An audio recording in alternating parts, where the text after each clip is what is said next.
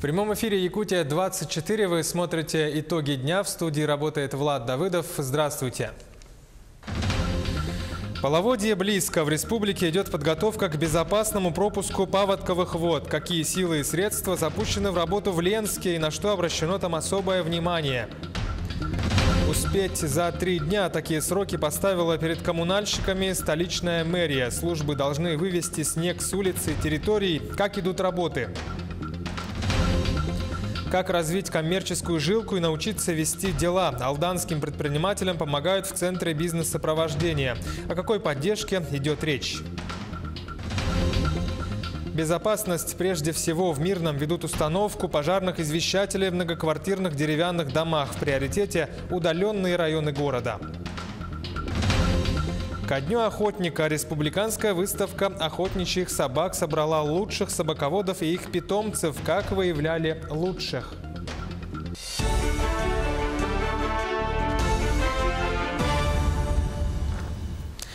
В детском саду в Нерюнгри несколько детей получили ожоги глаз во время кварцевания. Речь идет о воспитанниках сада «Классика». Известно, что в группе было порядка 20 воспитанников, 11 из которых пострадали от ультрафиолетового излучения. Дети обожгли сетчатки глаз и получили травму конъюнктивы. В администрации района факт инцидента не отрицают, но заверяют, что здоровью детей ничего не угрожает. Однако информацию дополнил главный врач Нерюнгринской ЦРБ Ниргун Степанов. Он отметил, что, по словам родителей, 5 детей обследовались в частной клинике, а 6 обратились в ЦРБ. Стало известно, что инцидентом заинтересовался Следственный комитет по республике. СК будет проводить проверку. По факту размещенной в СМИ информации о недосмотре педагогическими работниками детского сада за воспитанниками, которые подверглись ультрафиолетовому излучению, организовано проведение доследственной проверки. По утверждению издания, воспитатели не обеспечили изоляцию помещения детского сада от детей, в результате чего около 20 воспитанников были доставлены в медучреждение для обследования на предмет ожогов сетчатки и конъюнктивы. Для установления всех обстоятельств произошедшего руководителем Следственного управления Следственного комитета России по Республике Саха-Якутия дано поручение подчиненным сотрудникам о проверке изложенных в публикации сведений в порядке статей 144 и 145 Уголовно-процессуального кодекса Российской Федерации. В республике продолжается подготовка к безопасному пропуску паводковых вод. В Ленске первоочередной задачей обозначили подготовку гидротехнического сооружения, защищающего город от подтопления. Речь о дамбе. Какие силы и средства запущены в работу? Сюжет Светланы Балеевой. Сегодня городской администрации из республиканского бюджета выделен 1 миллион 160 тысяч рублей на подготовку к безопасному пропуску паводковых вод. На данный момент заканчивается очистка дамбы и 21 водопропускного сооружения. Проводится очистка верха дамбы и откосной системы от снега, оттайка водопропускных сооружений на дамбе и проверка и подготовка запаса инертных материалов в виде ПГС и скального грунта. Заключены договоры на покупку продуктов питания. Готовятся пункты временного размещения граждан на случай чрезвычайной ситуации. Сначала будут созданы пункты для сбора граждан, затем в случае чрезвычайной ситуации люди будут перемещены в пункты временного размещения. Это аэропорт, спортивный комплекс «Карат» и лыжная база. Общее количество до 1000 человек могут принять пункты временного размещения на период времени до 3 суток с проживанием. Предусмотрены также у нас продукты питания, медикаменты, постельные принадлежности, водоснабжение. По данным Ленского бассейнового водного управления, на 5 апреля по Ленскому району снегозапас и толщина льда превышают норму. Толщина льда, вот, допустим, в районе Ленска, да, на сегодняшний день составляет порядка 142 сантиметров, что примерно на 30 сантиметров больше, чем в прошлом году на эту же дату. Снегозапасы сейчас довольно-таки большие, особенно вот в Ленском районе, превышает норму, и критическую норму достигла в районе Южной Нюи. Сегодня ночью стоят минусовые температуры. Днем воздух прогревается до +2 градусов, что сказывается на равномерном таянии снега. Ежедневная гидрологическая информация о уровне воды подается на станцию Ленска с гидропоста поселка Витим. С остальных 9 постов сбор информации будет с 11 апреля. Также будут организованы временные посты в селе Хамра, Турукта, Бадамай, Мурия и Артанахар. Светлана Балеева, Виталий Андреев, Ленск. Ну а что касается переправы, то 6 новых судов на воздушной подушке начнут ежедневно курсировать через Лену с 15 апреля. Режим перевозок с 8 утра до 7 вечера. Со стороны Якутска рейсы будут выполнять с территории городского пляжа на 202 микрорайоне, а со стороны Нижнего Бестяха от паромной переправы. Вместимость 9 человек. Сообщается, что каждое судно обеспечено сертифицированными спасательными средствами. Ну а что касается стоимости, то тарифы не должны превышать 1000 рублей на одного взрослого пассажира и 500 рублей на ребенка. К другим новостям. Власти и общественность Ленска выступают против канализационных сетей компании «Газпром». Дело в том, что по проекту строительства объекта предусмотрен сброс сточных вод в реку Мухтуйка. Это, очевидно, будет загрязнять городской пляж, а также акваторию водозабора питьевой воды города Ленска. Активисты составили петицию в адрес президента России, под которой просят подписаться жителей города. Об этом в том числе говорили в ходе пресс-конференции главы Ленского района. Жумарт Абельманов заявил, что сделает все, чтобы проект строительства был пересмотрен. Столичные коммунальщики заняты уборкой и вывозом снега. Службы должны вычистить улицы, дворы и территории, причем перед ними мэрия поставила кратчайшие сроки. Как идут работы? Репортаж Дмитрия Тымырова. Успеть за 3 дня. Такое поручение коммунальщикам дали власти Якутска. Сегодня все службы работают и днем, и ночью. Усиленный режим. У нас сегодня улица Кирова с утра, с 8 утра. Потом еще задание есть. Но если закончим, Кирова. Расчистка снега и вывоз на снежный полигон – это командная работа. В бригаде 5 дорожных рабочих, тракторист, погрузчик и водители грузовиков. Работаем, в принципе, по 12 часов в сутки. Машины работают 24 часа в сутки. Вывозим снег, примерно где-то 8-9 рейсов в день за смену. Снег вывозят на полигон в сторону Первой ГРЭС. За сутки туда сбрасывают 6000 кубометров снежных куч. Снег вывозится с магистральных улиц города и с частных территорий, с внутриквартальных проездов. С октября по сегодняшнее число вывезено порядка 284 тысяч кубов снега. За последние 3 дня порядка 20 тысяч кубов снега. А в сроки, которые были установлены Александром Сергеевичем, 3 дня, я думаю, мы уложимся. А пока коммунальные службы работают, не жалея ни рук, ни ног. Ежедневно на уборку снега выходит 75 человек и 90 единиц техники. К завтрашнему дню работы по расчистке дорог должны завершить. Завтра обязательно проверим. Дмитрий Тымыров, Илья Сыромятников, Якутск. В Мирном для развития малого и среднего предпринимательства предоставляют финансовую поддержку. Гранты в сумме до 200 тысяч рублей предусмотрены для начинающих бизнесменов, а 300 тысяч могут получить работающие компании для приобретения или обновления оборудования. Кроме того, претендовать на 50 тысяч рублей субъект малого и среднего бизнеса могут в части субсидирования арендной платы и консультационных услуг, также на профессиональную подготовку. В приоритете программы пищевая промышленность, социально значимые услуги, производство стройматериалов и оказание услуг по эксплуатации жилья и объектов инфраструктуры жилищно-коммунального хозяйства. Ну а алданским начинающим и действующим предпринимателям помогают в Центре бизнес-сопровождения. О какой поддержке идет речь и какие советы там дают предпринимателям? Сюжет Татьяны Вахниной из Алдана. Можно ли развить коммерческую жилку? Как научиться вести дела и сколько нужно времени, чтобы наработать клиентскую базу? Желающие достичь успеха предприниматели не ищут ответы. Свои вопросы они задают профессионалам, специалистам сопровождения бизнеса. Чаще всего к нам приходит это торговая деятельность, это немного менее, это услуги общепита. И самое распространенное у нас все-таки на данный момент – это сфера деятельности, это услуги такси. Бизнесмены средней руки обращаются к специалистам в основном по специфическим вопросам, касающимся отношений с контролирующими органами. Малым предприятиям чаще требуется помощь в сдаче отчетов, подготовке кадровых и бухгалтерских документов. Нередко к профессионалам приходят люди, только подумывающие о собственном бизнесе. Кто к нам приходит, мы стараемся объективно подойти к этому вопросу, просчитать все риски, какие будут издержки, какая есть конкуренция, с чем столкнется предприниматель. Эксперты ведения бизнеса знают местные нюансы и могут порекомендовать без 5 минут бизнесменам другой вид занятости с учетом склонностей потенциального предпринимателя и специфики рынка. Как показывает жизнь, зачастую человек, только подумывающий о собственном бизнесе, не подозревает, что бизнес – это стихия, в коей немало порогов и камней преткновения. После нашей консультации есть такие граждане, которые, так сказать, осмыслив и взвесив за и против, принимают решение, что стоит подождать с этим вопросом. Человек сэкономил свое личное время, деньги и, так сказать, может потратить деньги, чтобы проработать свою идею на будущее.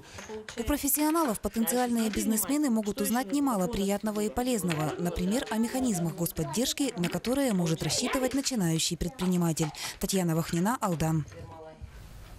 Завершилась ежегодная профориентационная экспедиция школьников под названием «Молодежь Якутии в промышленность». В столице прошла встреча участников и руководителей проекта. Ребята поделились впечатлениями от экспедиции, которая стартовала 27 марта и проходила в течение 10 дней. Учащиеся проехали по маршруту Якутск, Алдан, Нерюнгри, космодром Восточный, Якутск. За это время они посетили объекты компаний «Якутуголь», «Алдан Золото», «Селигдар» и другие промышленные объекты. Конечной точкой экспедиции стал космодром Восточный.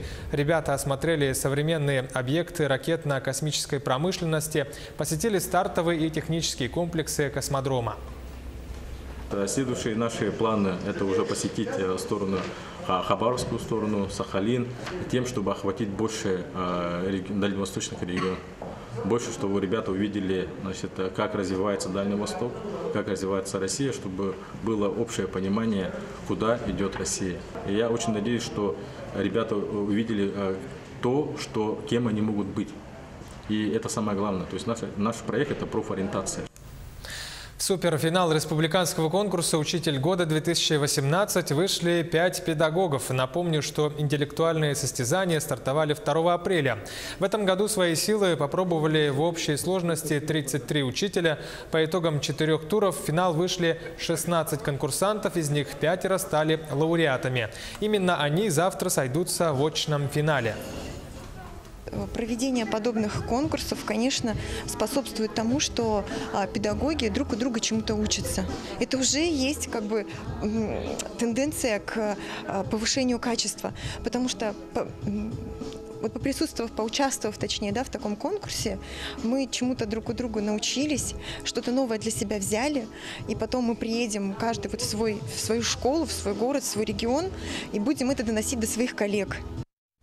Сегодня один из важных дней Страстной недели в России. Этот день традиционно называют «Чистый четверг», с которым связано много народных примет и обычаев. Считается, что подготовка к Пасхе – это время весеннего пробуждения земли, к которому надо подготовиться, в том числе путем очищения от зимней грязи. Поэтому в Чистый четверг традиционные обряды связаны с уборкой, мытьем и купанием. Сейчас короткая реклама. Оставайтесь с нами, смотрите во второй половине итогов дня. Безопасность прежде всего. В Мирном ведут установку пожарных извещателей в многоквартирных деревянных домах. В приоритете удаленные районы города. Ко дню охотника республиканская выставка охотничьих собак собрала лучших собаководов и их питомцев. Как выявляли лучших. Чемпионат профессионального мастерства в селе Иенгра Нерюнгринского района завершился Arctic Skills. Как прошел 2-й день соревнований. И клетка для собак по принципу мышеловки. В столице начали применять новый метод по отлову собак. Как работает более гуманный способ. Это Якутия-24 в прямом эфире. Мы продолжаем выпуск «Итоги дня». Транспортные системы и дорожная инфраструктура Крайнего Севера. Форум под таким названием начал работу в СВФУ. Около 10 отечественных и зарубежных производителей представляют различные виды техники, которые уже работают на предприятиях Якутии в условиях Севера и показали свою надежность. Форум продлится до 6 апреля. Мы ждем от форума объединения усилий научных организаций, потенциала образования и наших производственных предприятий, а также управления и государственных органов в плане решения основных ключевых проблем дорожной отрасли. Значит, проблем действительно много, и в основном они, конечно же, обусловлены сложными климатическими условиями, которые провоцируют сложные дорожные условия, и вот всю специфику, связанную со строительством, эксплуатацией, содержанием автомобильных дорог здесь, у нас в условиях Крайнего Севера. В Мирном ведут установку пожарных извещателей в многоквартирных деревянных домах. В приоритете удаленные районы города. Это микрорайон Заречный и Верхний, также район аэропорта. Тему продолжит наш корреспондент в Мирном Марьяна Кутукова. Сегодня пожарные извещатели есть в 53 домах. 106 извещателей с GSM-модулем, сим-картой установлены в подъездах на втором этаже. В случае возгорания и задымления сигнал посредством мобильной связи подается в оперативные службы. Это ЕДДС, пожарная служба и управляющая компания.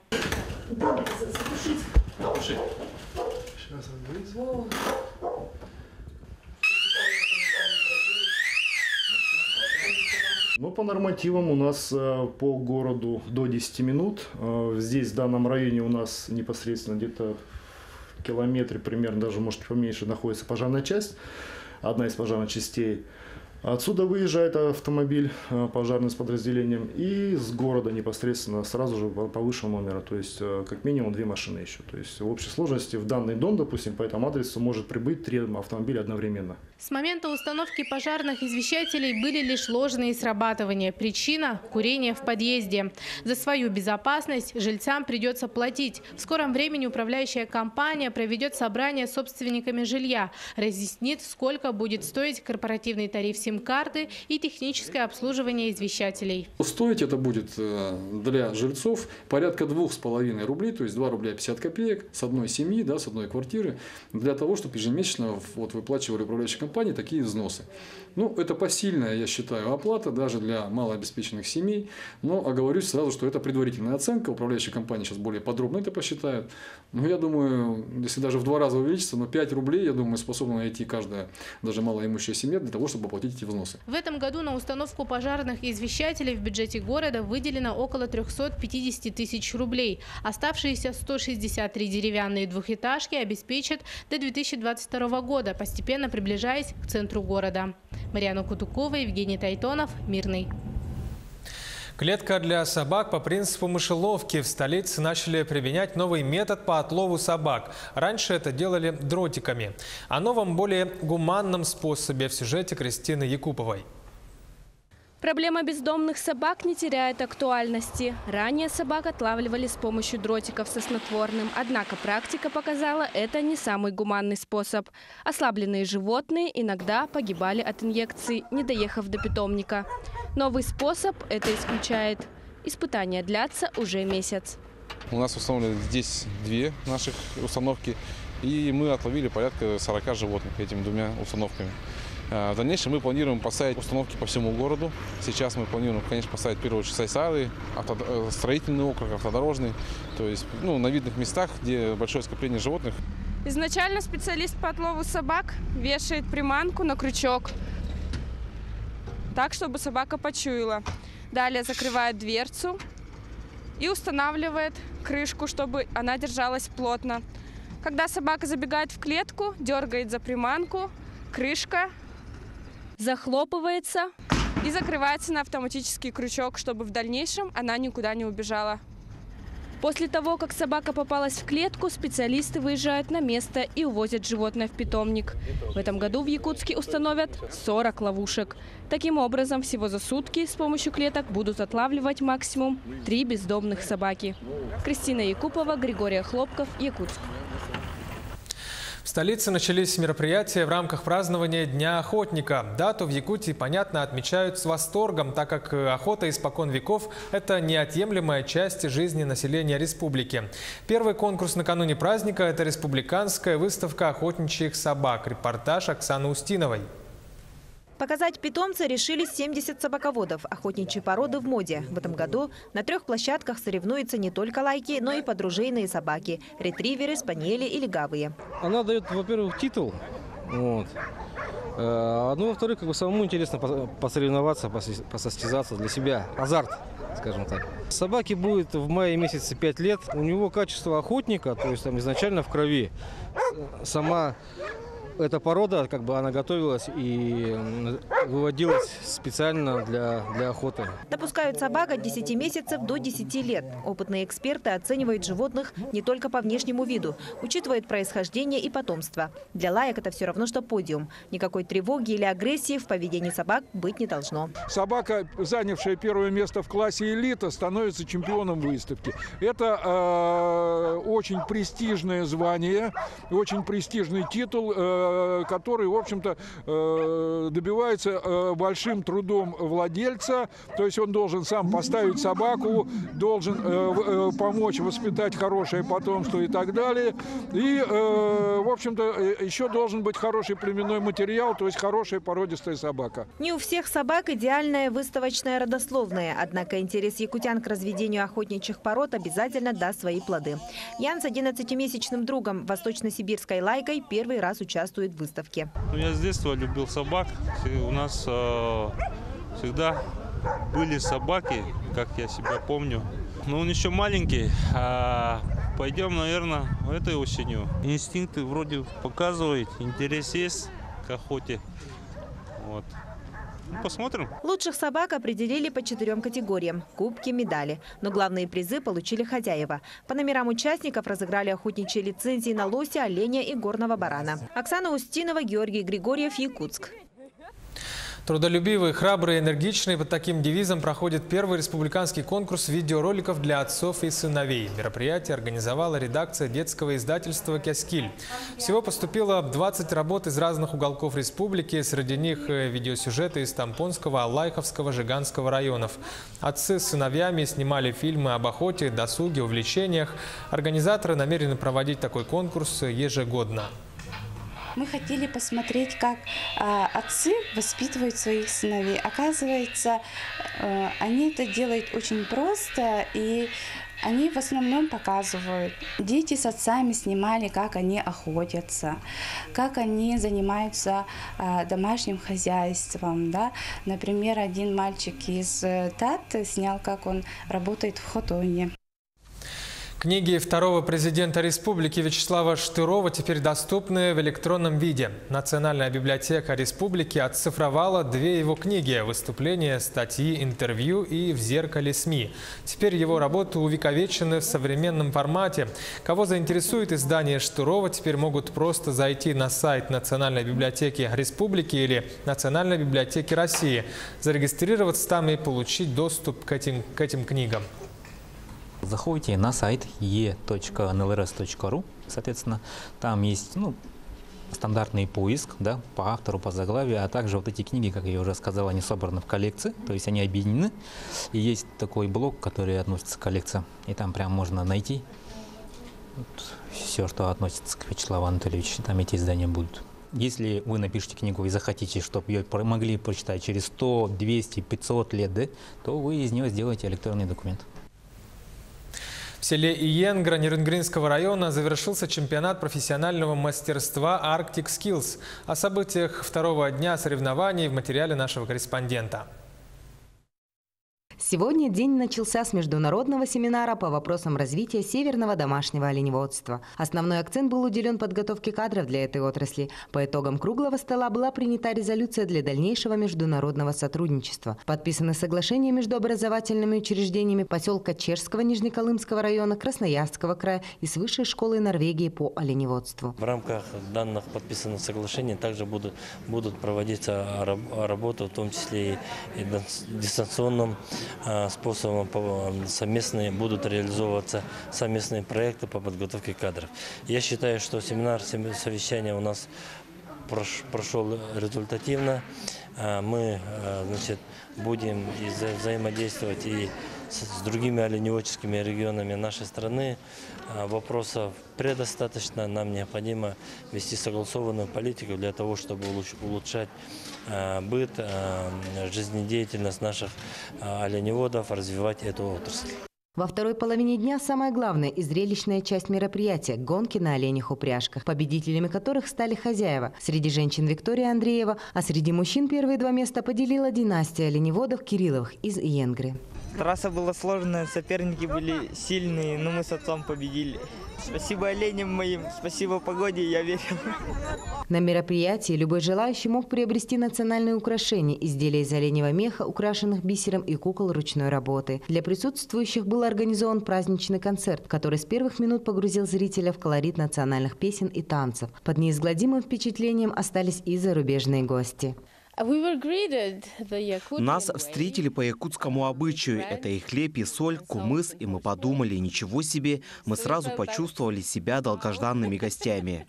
Напомним, на чемпионат приехало всего 56 участников из арктических районов республики, с Красноярского края, полуострова Таймыр, Ямало-Ненецкого округа и из Норвегии. Чемпионат профессионального мастерства Arctic Skills проводился в республике впервые. Идея была высказана Северным форумом Погадаем Михаила Александровича.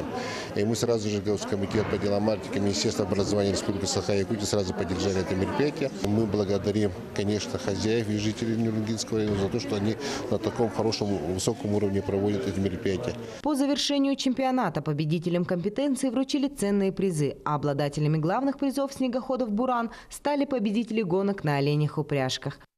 Александра Цыбикова, Аял Амосов, Нерюнгри. В завершении о спорте в спорткомплексе «Дахсун» в столице проходит финальная часть первенства республики по мини-футболу среди юношей 2001-2002 годов рождения. В 4 группах участвуют 21 команда из районов республики. Сегодня ребята сыграли 1/4 финала, куда пробились 8 лучших команд. Далее проигравшие выбывают из игры, а победные очки пойдут в зачет команд, которые сыграют в Амге на играх народов республики этим летом. Ну а финал турнира состоится завтра. У нас вообще-то 32 должно быть команды, но приехала 21 команда. Жаль, конечно, по финансовым причинам не приехала. Мирнинский район, это вообще меня удивил. Там хорошие команды, и руководство не нашло денег. Ленск не приехал, да. То же самое, ссылаются на деньги. Была очень плотная игра, сложная. Вначале не могли забить, но потом все пошло хорошо, и мы забили первый гол. Во втором тайме поднажали и вырвали победу 3-0, 4-0. Таковы итоги дня. За событиями и новостями следите на Якутии 24. До встречи!